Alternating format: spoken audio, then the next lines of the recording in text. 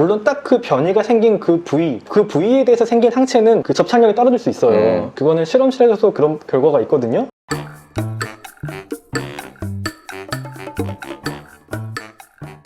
안녕하세요. 닥터 프렌즈입니다. 네, 구독과 좋아요, 댓글과 알람 설정 부탁드리고요. 오늘은 저희가 코로나19 바이러스에 대해서 여러분께 새로운 정보를 좀 드리려고 왔는데요. 요새 영국에서 그 변이 바이러스가 국내에 들어왔다고 해서 지금 많은 분들이 걱정하고 있잖아요. 뭐 전염력이 몇 배 이상 높다. 맞아요. 치명률은 비슷하다. 뭐 이런 뉴스 기사만 본 것 같아요, 저는. 네, 그래서 거기에 대해서 이 변이의 정체가 무엇인지, 어떻게 보면 최종 병기인 백신이 이 변이 바이러스에 대해서 어떤 효과가 있을지 어떻게 예측하고 있는지 사람들이 여기에 대해서 좀 정리해보고자 이 영상을 만들었고요. 지금 영국에서는 알다시피 그 이 변이 바이러스가 빠르게 증가하고 있어요. 이 코로나19 바이러스 같은 경우에는 이제 국제사회에서 국제과학 프로젝트 넥스트 스트레인에서 여기 보시는 것처럼 게놈 분석을 쭉 하고 있어요. 엄청나게 하고 있네요. 그쵸. 진짜. 실제로 이 바이러스의 변이 과정을 쭉 저희가 과정을 추적해 볼 수가 있는데, 새롭게 생긴 영국에 생긴 변이 바이러스 같은 경우에는 11월 달에는 전체 감염의 한 26%였는데 얘네가 아무래도 전염력이 좀 좋다 보니까 12월 들어서는 지난 9일 기준으로 해서 62%까지 전체 나오는 것들의 퍼센티지를 차지하고 있다고 해요. 영국 내에서 얘기인가요? 아니면 그쵸. 영국 내에서. 이건 영국 내에서 있었던 변이니까요. 이 변이에 대해서 간단하게 설명을 드리면은 그 사스 코로나 바이러스 2는 RNA로 구성이 돼 있어요. RNA는 뭐냐면은 설계도라고 생각을 하시면 되는데, 이 설계도는 4종류의 염기로 구성돼 있어요. AUGC라고 생각을 하면 되거든요. 이 4종류의 벽돌이 쭉 연결이 돼 있는 건데 원래 약 3만 개 정도가 있어요. 4개의 벽돌이지만 어찌됐건 패턴이 엄청나게 쭉 이어져 있다는 거죠? 원래 바이러스는 변이를 일으켜요. 그렇죠. 원래 자연스럽게 변이를 일으키는데 대부분의 이런 변이들은 바이러스의 어떤 특성에 영향을 미치지 않아요. 그리고 또 대부분은 오히려 좀 이롭지 않게 작용을 해요.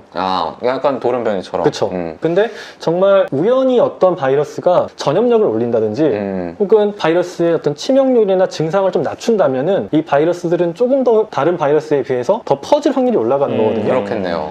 이 전염력이 올라가는 건 쉽게 생각해 보시면은 유추할 수가 있어요. 당연히 많이 퍼지니까 얘네가 더 이렇게 번창하겠구나. 그리고 증상을 좀 낮추는 바이러스가 더 이렇게 번창하는 이유는, 생각해 보시면은 너무 증상이 심한 경우에는 우리가 바로 격리에 들어가고 병원을 가게 되니까 바이러스가 퍼질 기회를 놓치게 돼요. 그렇죠. 이게 뭐 사스나 에볼라 바이러스 같은 경우가 이렇게 많은 사람들에게 퍼지지 않고 저절로 좀 소멸의 길로 갔던 이유가 치명률이 너무 높으니까. 그래서 이렇게 바이러스의 변이가 그런 식으로 우연하게 어떤 특성을 바꿀 수 있다면 얘네가 조금 더 퍼질 수 있는 그런 건데요. 이 사스 코로나2 바이러스 같은 경우에는 약 2주에 하나꼴로 변이가 생겨났다고 해요. 이번 영국에서 넘어온 변이 바이러스의 이름은 VUI202012/01이에요. 복잡하네요. 굉장히 복잡한 것 같지만 그냥 다른 게 아니라 2020년 12월에 발견된 현재 조사 중인 바이러스, Variant Under Investigation in December 2020. 진짜 그냥 지금 조사 중인 변이란 뜻이고요. 일반적으로는 이 변이가 생기면은 바이러스 전체 아까 설계도 전체 한 1% 이상이 바뀌게 되면은 그 바이러스 특성이 많이 바뀐다 그래요. 그래서 이번 이 코로나19 바이러스가 예전에 사스랑은 약 21% 차이가 나고 메르스랑은 한 50% 차이가 난다고 해요. 50%? 엄청 다르구나. 그래가지고 이 코로나19 바이러스는 아예 저희가 새로운 종이라고 이렇게 명명해가지고 사람들이 보고 있는 건데, 이 영국에서 넘어온 바이러스 같은 경우에는 변이 정도가 0.07%. 0.07? 그러니까 1% 미만. 아주 높진 않네요. 그쵸. 1% 미만이어서 그 특성 자체가 크게 변한 건 아닌데, 얘네가 왜 전염력이 있냐? 이 바이러스 보시면은 여기 그림이 나갈 텐데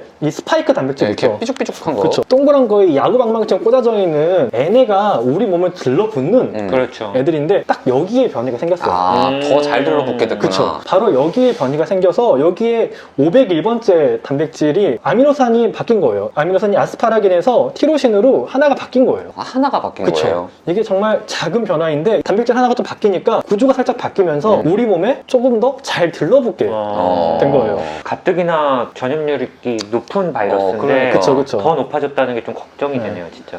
그래서 그 유럽 질병예방통제센터에서는 이게 뭐 바이러스가 훨씬 더 뭐 70% 이상 뭐 잘 달라붙는다, 이게 뭘 기준으로 한 거냐면은 그 감염 재생산 지수가 있어요. 그게 원래 1.1이었는데 이게 많이 유행을 하면서 1.5까지 한 0.4 정도 늘어났다라고 해가지고 뭐 몇 퍼센트 더 센 전염력을 보이는 것 같다라고 이제 추정치를 내놓은 건데, 사실 이 감염 재생산 지수는 사람들의 행태, 봉쇄의 어떤 그런 정책의 정도 이거에 굉장히 영향을 많이 받는 그렇죠. 지수예요. 그래서 실제로 연구실에서 한 것들을 보니까 우리 몸에 더 달라붙긴 해요. 우리 몸에 어떤 그 ACE2라고 원래 바이러스가 달라붙는 영역에 더 높은 친화력을 보이는 건 맞는데 정확히 얼마나 더 전염력이 올라갔는지 그거는 조금 더 조사가 필요한 상황이고 실험실 내에서는 데이터가 아직은 안 그쵸. 나왔구나. 나오긴 했는데 이게 실제 임상에서 얼마나 더 높은 전염력을 보이는지는 말하기가 좀 조심스러운 거죠. 그리고 우리나라 사람들과 그 유럽 사람들은 단백질 구조 ACE2도 좀 달라요. 구조가 유전적으로 좀 다른 부분이 있어서 실제로 우리나라 사람들에게서 얼마나 전염력이 더 높을지는 좀 연구해 봐야 된다. 근데 실험적으로는 더 잘 달라붙는 건 같아서 주의가 필요하겠다 정도만 알고 계시면 되고요. 그러면은 이제야 막 백신이 나오고 이제 접종이 막 시작하고 있는데 스파이크 단백질의 변이가 생겼는데 백신이 또 효과가 없어지면은 또 만드는데 또 시간이 걸리잖아요. 사실 그게 제일 무서운 그러니까요. 것 같아요. 그래서 그 미국 질병통제센터에서 보면은 CDC에서 보면은 지금 그냥 승인을 받은 백신들 있죠. 예. 모더나 화이자의 백신들은 스파이크 단백질에 대한 항체들이긴 해요. 근데 이 단백질은 원래 덩어리잖아요. 그렇죠. 이 덩어리이 아주 여러 군데에 대한 항체들, 다양한 항체들이 생기는 거거든요. 근데 이 단백질은 이 특정 부위 하나에만 변이가 생긴 거잖아요. 나머지 특징들은 대부분 유지가 되고 있어요. 그래서 이거는 다클론 항체라고 항체가 매우 다양한 곳에 붙는 이런 백신들이기 때문에 아마도 백신의 효과는 유지가 될 것이다 라고 이야기하고 있어요. 다행이네요, 그거는. 그쵸. 물론 딱 그 변이가 생긴 그 부위에 대해서 생긴 항체는 그 접착력이 떨어질 수 있어요. 그거는 실험실에서도 그런 결과가 있거든요. 근데 앞서 말한 대로 다른 다양한 부위의 단백질들은 99% 이상이 유지가 되고 있기 때문에 어차피 그놈이니까 그쵸. 다른 애들을 공격할 수 있다. 네, 아마도 이 항체가 이 단백질을 무력화시키는데 여전히 효과가 있을 것이라고 생각을 하고 있고 효과가 없으려면은 더 많은 변이가 더 오랜 시간 동안 쌓여야 될 것이라고 예측을 하고 있어요. 그래서 백신 제조업체 이제 화이자, 모더나 측에서도 아마도 효과가 있을 것이다 라고 이제 이야기를 하고 있고요. 애시당초 바이러스가 이런 변이를 일으키는 것들을 고려를 하고 있대요. 그럴 거예요. 코로나 바이러스는 애초에 또 그쵸. 변이가 많은 바이러스니까. RNA 바이러스여서 이 mRNA 백신을 만들 때 이런 걸 다 고려하고 그 단백질 전체적인 모양에 대해서 다클론 항체를 다양한 항체를 만들 수 있게 이미 제작을 했고 mRNA 백신 플랫폼의 아주 큰 특징 중에 하나가 얘네는 설계도만 있으면은 바로 바이러스 백신을 만들 수가 있어요.